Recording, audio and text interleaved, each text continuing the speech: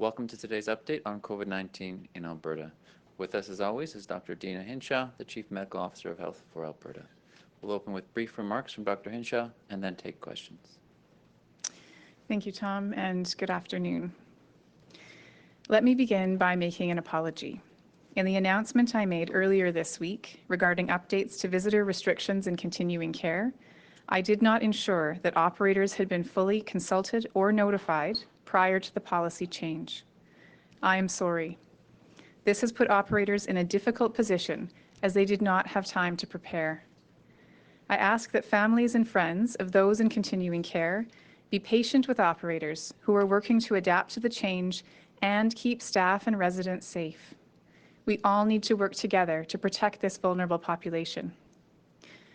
Today, as part of my daily update, I'd like to provide some more detail into the ongoing work we've been doing to better understand how this virus is spreading in Alberta and who is most at risk of severe outcomes, and also to share more details on the Alberta Trace Together app. But first, I would like to report an additional 218 cases of COVID-19, bringing the total number of cases in Alberta to 5,573. Of these, 2,359 people have now recovered. Since my last update, we have also confirmed 3 additional deaths in the province. This brings the total number of lives lost to 92. All 3 deaths were in continuing care facilities experiencing outbreaks, which is a reminder of why we need to continue to be vigilant to protect this population. My thoughts and sympathies go to everyone grieving the loss of a loved one today. We should never let these numbers become just another statistic. As of today, there are now 580 COVID-19 cases in outbreaks in continuing care facilities across the province. An outbreak has also been declared by Alberta Health Services at the Amazon Fulfillment Facility in Balzac, where additional measures have been put in place to prevent spread. 5 cases have now been reported at that facility, although it is not yet clear if all 5 are linked with a common exposure. We have just received this confirmation, so it will not be reflected in the outbreak listing on our website today. In addition, 2 positive cases have been identified at Alpha House in Calgary, where a rapid response team is now supporting that location to put outbreak measures in place. At High River's Cargill meatpacking plant, there have now been 921 cases. There have also been 390 confirmed cases among workers at the JBS plant in Brooks. I want to commend the frontline public health professionals and their partners who are responding to all outbreaks across the province. They are working quickly to contain the spread, providing public health guidance to employers and operators, testing anyone who may have been exposed, and supporting those who have become ill. In the last 2 weeks alone, these teams, among other things, have called every household with a Cargill worker, have tested every client who stayed in one of the shelters where a COVID case has been confirmed, have offered large volume testing to residents of Brooks over 3 days earlier this week, and have continued to do the regular daily work of case follow-up and contact tracing that is the backbone of our ability to prevent spread of this virus. Their tireless work is an integral part of our response to this public health emergency, and I want to recognize and celebrate their dedication. The extent of these outbreaks demonstrates not only how easily this virus can spread, but why it's so essential that we uncover the source of transmission so we can find out who is at highest risk of exposure. Today, we are launching another useful tool that can supplement the critical detective work we are conducting in public health. Alberta Trace Together is a voluntary, secure, mobile contact tracing application to help prevent the spread of COVID-19. You only need to download the app and provide your mobile phone number to register. The app is now available to all Albertans in the Google and Apple app stores. Let me tell you how this app will help us prevent spread. Through the process of contact tracing, public health workers currently identify who may have come into contact with a person infected with COVID-19 by asking questions of the case and relying on their ability to remember everywhere they have been in the past several days and who they were near. These people, their contacts, are then called to find out if they are sick and to make sure that they stay home for 14 days from the last exposure, even if they are feeling well. This is a vital step in preventing further spread of the virus. It is also time-consuming and resource-intensive, relying on each individual's ability to recollect who they may have come in contact with, and then follow up with each of those individuals in order to be successful. When a contact tests positive for COVID-19, they become a case, and the contact tracing process is then repeated to identify, test, and isolate their contacts as necessary. Contact tracing, when complemented by aggressive testing, can help us interrupt ongoing transmission and reduce the spread. The faster Alberta Health Services contact tracers can inform exposed people or close contacts, the quicker we will be able to prevent potential outbreaks and identify when Albertans must self-isolate.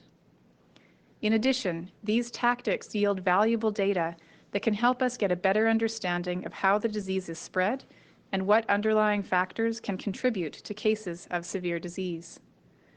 Like bringing a camera into focus, these techniques give us a far clearer picture that help us to inform our actions going forward. Alberta Trace Together relies on the use of wireless Bluetooth technology to log interactions as an encrypted digital handshake.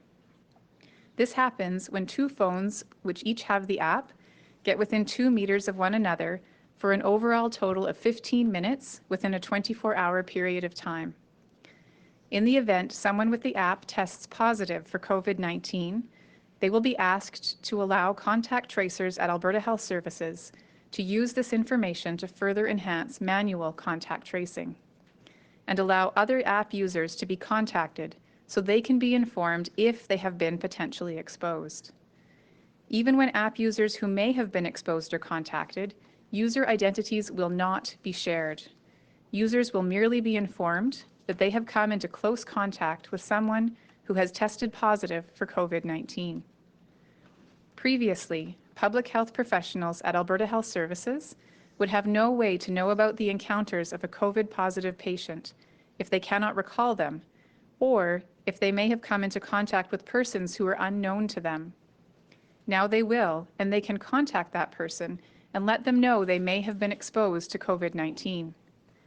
The use of technology for this purpose may seem intrusive, but downloading the app is completely voluntary, and data will not be accessed unless a user provides consent to share their data with AHS. The app does not use your phone's GPS and does not track the user's location or contacts. The only information exchanged between users' phones is a random ID that is non-identifiable. Nothing that is identifiable is exchanged. Data is stored on your phone in an encrypted form for 21 days. After 21 days, each day's worth of data is deleted 1 day at a time. Your information will not be used unless you agree to participate and consent to sharing the encrypted handshakes, those digital IDs, from the last 21 days. If you were diagnosed with COVID and you consent to the information on your phone being used, the contact tracer will be able to match the unique, non-identifiable IDs on your phone with the registered user's phone numbers via a merging of data. This is the only information you are asked to provide, and providing this information voluntarily is crucial to our work to prevent the spread of COVID-19. I have already downloaded the app myself, and I encourage you to do so too. You can aid in our work to keep Albertans healthy and provide crucial information about the spread of this dangerous illness. In the weeks since our first case was discovered in Alberta, we have learned a great deal about this virus. I'd like to share with you a few of these key findings. First, while we know older individuals are at the highest risk of severe symptoms, COVID-19 does not discriminate by age when it comes to who is infected. The average age of cases in Alberta to date is 41.5 years, and we have seen cases in every age group. Second, as a part of the interviewing process, whenever a case is identified, we now have a better understanding of the most common symptoms associated with COVID-19. The most frequent symptom identified is a cough, with roughly 62% of all cases reporting this. The next highest is sore throat at 33%, followed by fever at 28%. We also found 7.5% of our cases showed no symptoms at all at the point at which they were tested. These are cases found by testing all those in outbreak settings where the risk of exposure is higher than for the general population. I want to make sure that I'm clear about the interpretation of tests that are done when someone is asymptomatic. This is just a point in time and does not accurately identify whether or not a person who is asymptomatic will go on to develop the disease in the future. Our investigations have also uncovered the conditions that tend to be present in cases of severe disease. We looked at whether cases had been previously diagnosed with one of 9 conditions, including cancer, diabetes, high blood pressure, respiratory disease, and immune deficiency. As well, we also see if a case had been reported to have obesity or a history of smoking. From the data so far, we've found that people between the ages of 30 and 64 are more likely to have a severe outcome, needing hospital or ICU treatment, or in the worst outcome, leading to death, if they had at least one of these health conditions. Among cases in this age group, 2/3 of hospitalized cases and almost 3/4 of deceased cases had at least one of these conditions. Older age continues to be the most significant risk factor for severe outcomes, with those over 65 years of age being almost 5 times more likely to need hospital care or to die as those under 65. The risk of these severe outcomes increases the older a person is, so risk is higher for those over 80 years old than for those between 65 and 79. We found the 3 most common factors in cases of severe outcomes, such as ICU and death, are older age, obesity, and immunodeficiency. So bringing this all together, I can distill 2 key lessons for Albertans.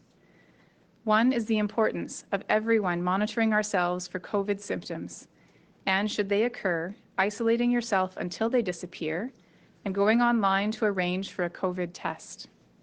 I know I keep repeating this message, but I cannot overstate how critical this step is to protecting the health of those around you. So I encourage all of you to be mindful of what your body is telling you and stay home if you have a cough, fever, runny nose, sore throat, or difficulty breathing. Our investigation into comorbidities also has some important takeaways that Albertans can practice. Sadly, age is a predominant factor in severe cases, and there is little we can do to change that except for protecting those who are older. But we also know that many of the conditions associated with COVID-related hospitalizations and deaths in younger people are things that can be addressed. Factors such as smoking, obesity, high blood pressure, and diabetes are all conditions where supports and management options are available to Albertans. Eating healthy, exercising regularly, and quitting or reducing smoking are things we can control that may help reduce our risk of experiencing the most severe aspects of this virus. But just as importantly, these are positive, rewarding behavior changes that can greatly affect our health over the long term, from even more deadly complications such as heart disease, stroke, and cancer. I encourage every Albertan to take an active role in their health and our collective health as we respond to this pandemic. One of the easiest ways to do this is to download the Alberta Trace Together app. As I said earlier, this technology is an important tool for public health experts to track the spread of COVID-19 and prevent further transmission. It is also easier to get outside now that the weather is improving. Physical activity is a great way to break up the monotony many of us are dealing with now. Remember to practice physical distancing while you are out enjoying the sunshine. Connect with friends and loved ones for support if you are looking to improve your physical or mental health. We are all in this together, and together we can take positive steps to improve our personal and collective health. Thank you, and I'm happy to take questions.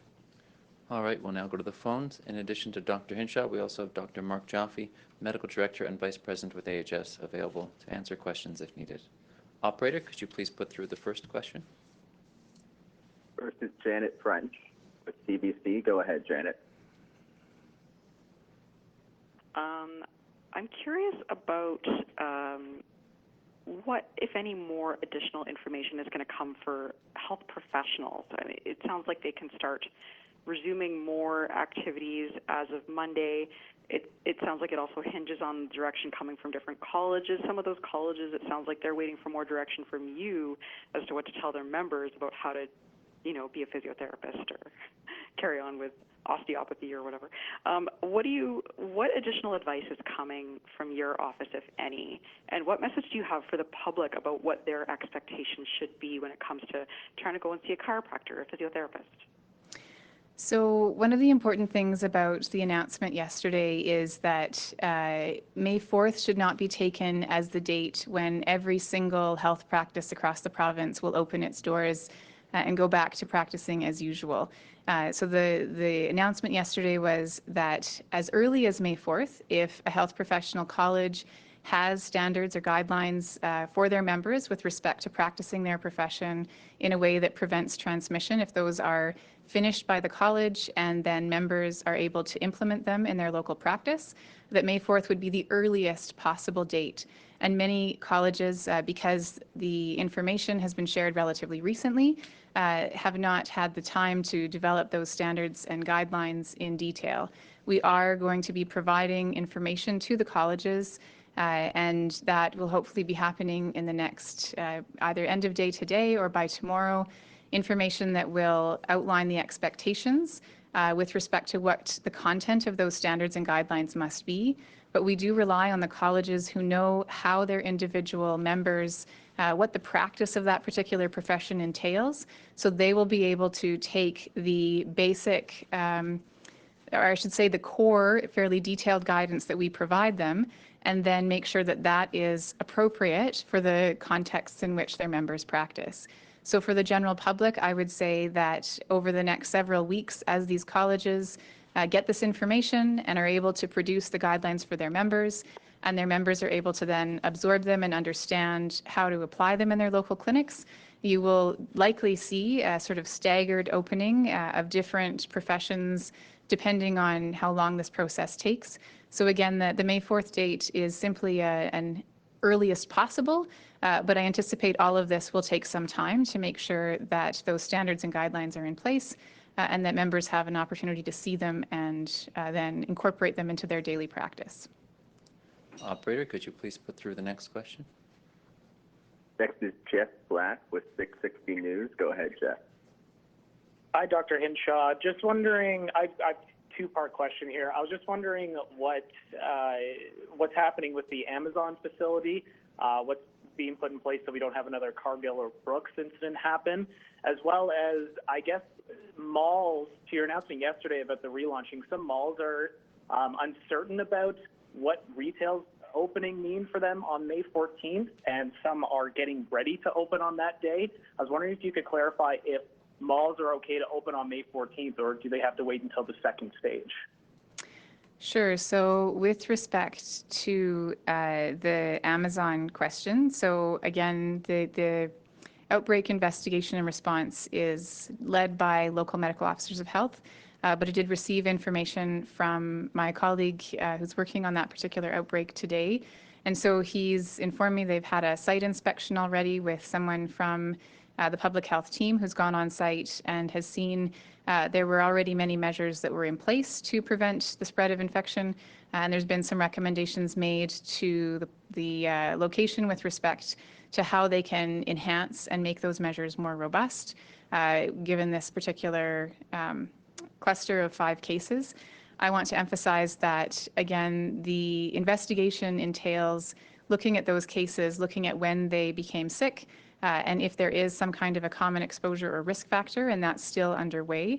And then that information will help to pinpoint if there are any other specific risks that need to be addressed or mitigated.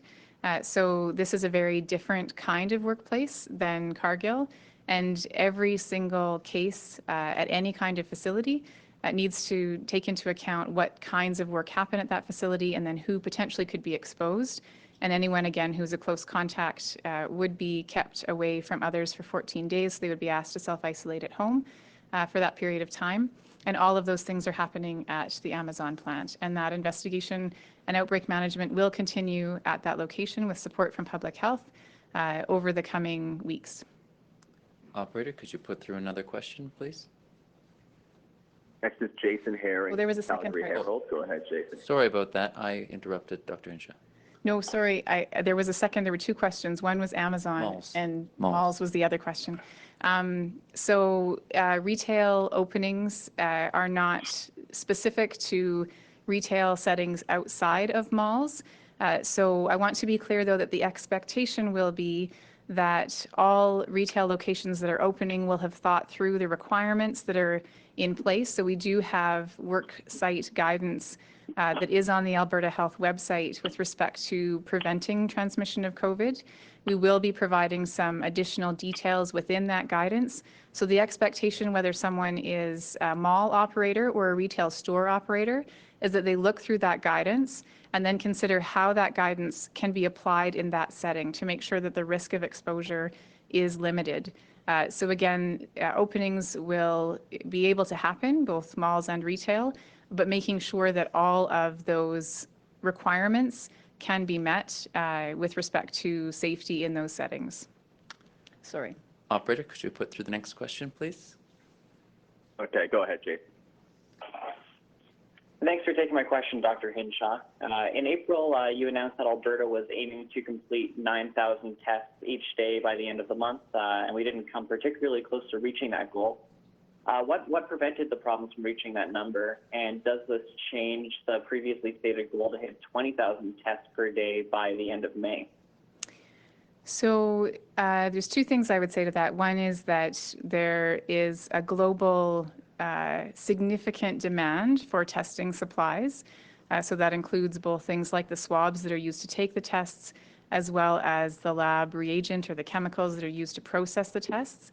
So our lab has been able to expand capacity through the machines that they have. However, some of the machines that have been ordered have been a bit slower. So again, we remain at about a 7,000 a day test capacity because of some of those supply chain challenges. And that's something that we continue to manage and seek alternate options because we know that testing remains a cornerstone of our strategy. The lab has done some incredible work, and we are anticipating that we will be able to increase our testing capacity in mid-May to over 10,000 tests a day. And so that's something, again, that based on the current expectation of when we will have different pieces of equipment and supplies delivered, that's our current target, and we should be able to enhance that further in later May. We will know numbers more clearly again once we have some of the equipment deliveries coming through.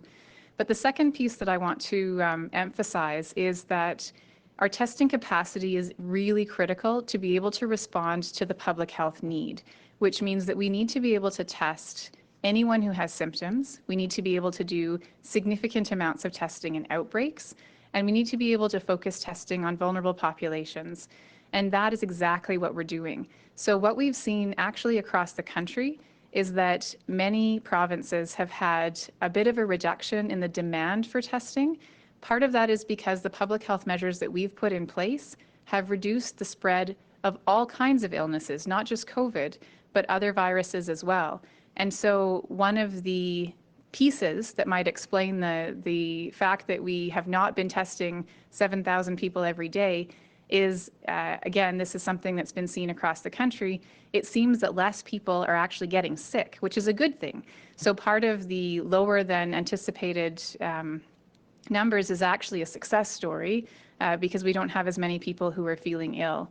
We are, as I mentioned, making sure that we're building capacity so that if we see more people who have symptoms, or we anticipate that as we move into this cautious relaunch, people may be perhaps more concerned about their symptoms. And I continue to encourage anyone who's feeling ill to make sure that they go through the online web process with AHS and book a test. because the more people who help us in that way, the more we're able to identify where we have cases and then to be able to contain the spread. So ultimately, I think it's actually a good news story that the total number of tests that we've been doing have not needed to be as high as 7,000.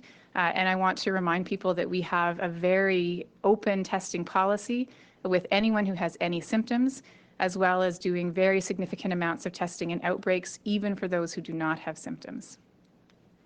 Operator, could you put through another question, please? Next is Carmen LaBelle with CTV. Go ahead, Carmen.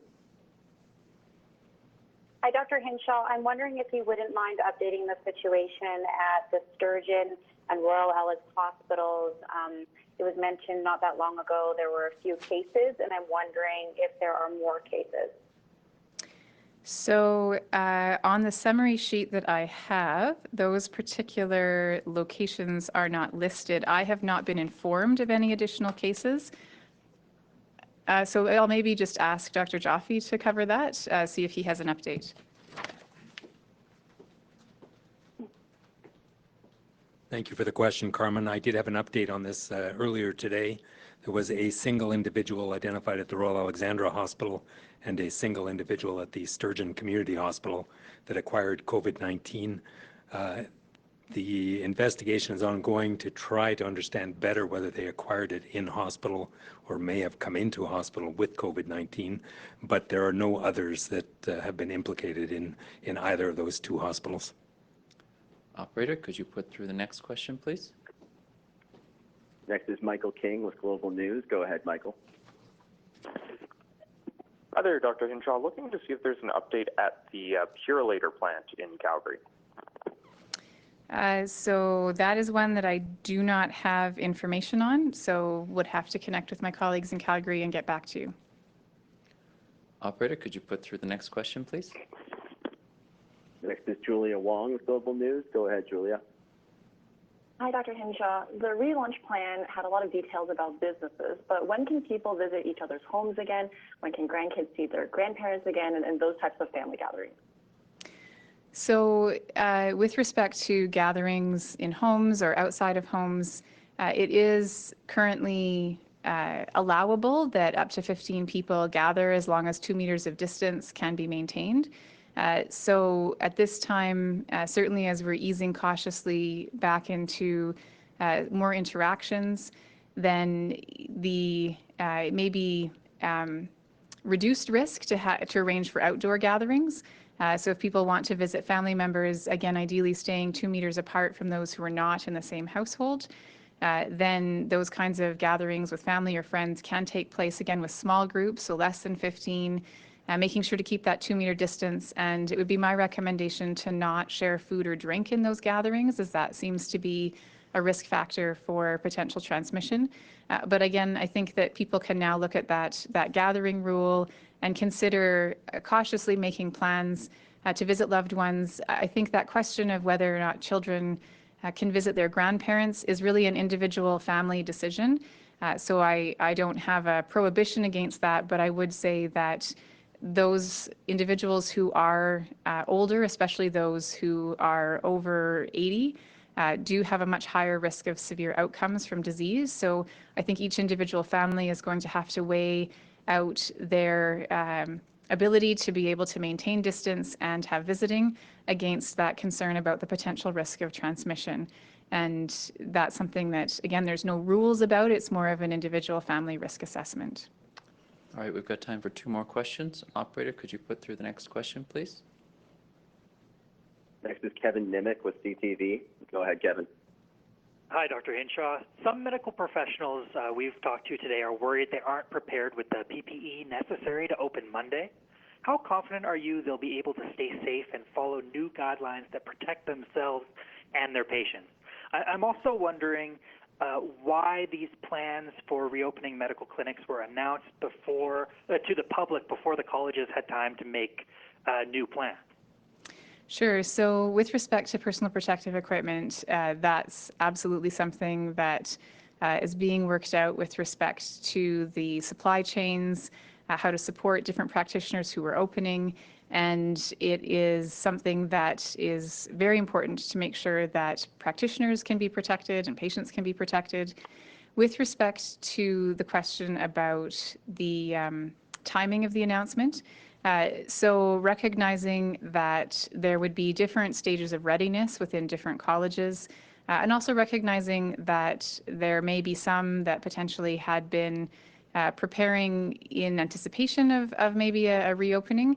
We did want to allow that possibility for earlier reopening if there were some who were able to get their guidelines in place and have their members follow it. Also recognizing that that would not be the case for all colleges. So want to make sure that expectations again are tempered and that date is simply a date that allows people to start, but recognizing that many will need a bit more time to make sure that there's appropriate process and precautions. And so again, it's more of allowing that range of ability so that colleges can work with their members and open on dates that they feel they have been able to, again, adequately meet all of the requirements that we have with respect to what those guidelines need to contain, as well as things like personal protective equipment and making sure that each individual practitioner clinic is aware of and following those guidelines. So recognizing that it does cause perhaps some confusion given the May 4th date, that was just meant to be a kind of option. And then over the next few weeks, we will see work underway to make sure that those colleges are supported, have the information they need, and that we're able to have clear information with respect to personal protective equipment, sourcing, availability, and details like that. Operator, could you please put through our final question?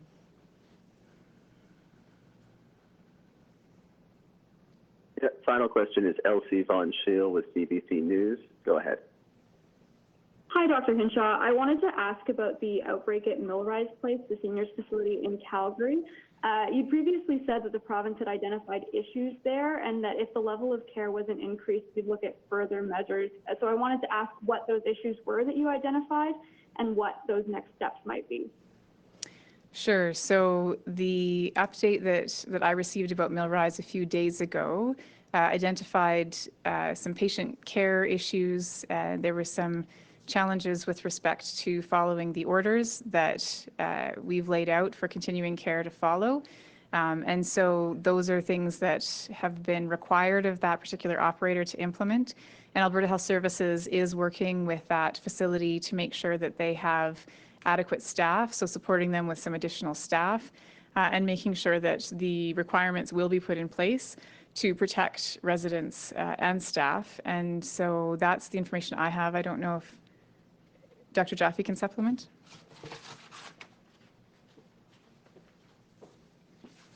So thank you for that question. I think that the first indication of an individual with COVID-19 in that facility was on April the 15th.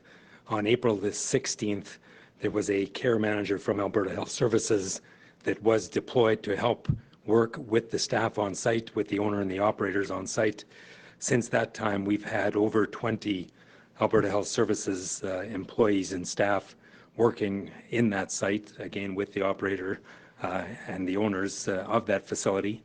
We've had a nurse manager. We have had a variety of health professionals, RNs, LPNs, healthcare aides. We've also had a pharmacist, a respiratory therapist, and other allied health workers. And we continue to have over 20 individuals from Alberta Health Services working there on a daily basis. We have also been very closely aligned and working with the medical officer of health and the environmental public health and infection prevention and control individuals to try to help with the outbreak in that facility and to emphasize the importance of ongoing excellent infection control strategies. Thank you all for coming. We'll provide updates online on Saturday and Sunday and provide another update in person on Monday.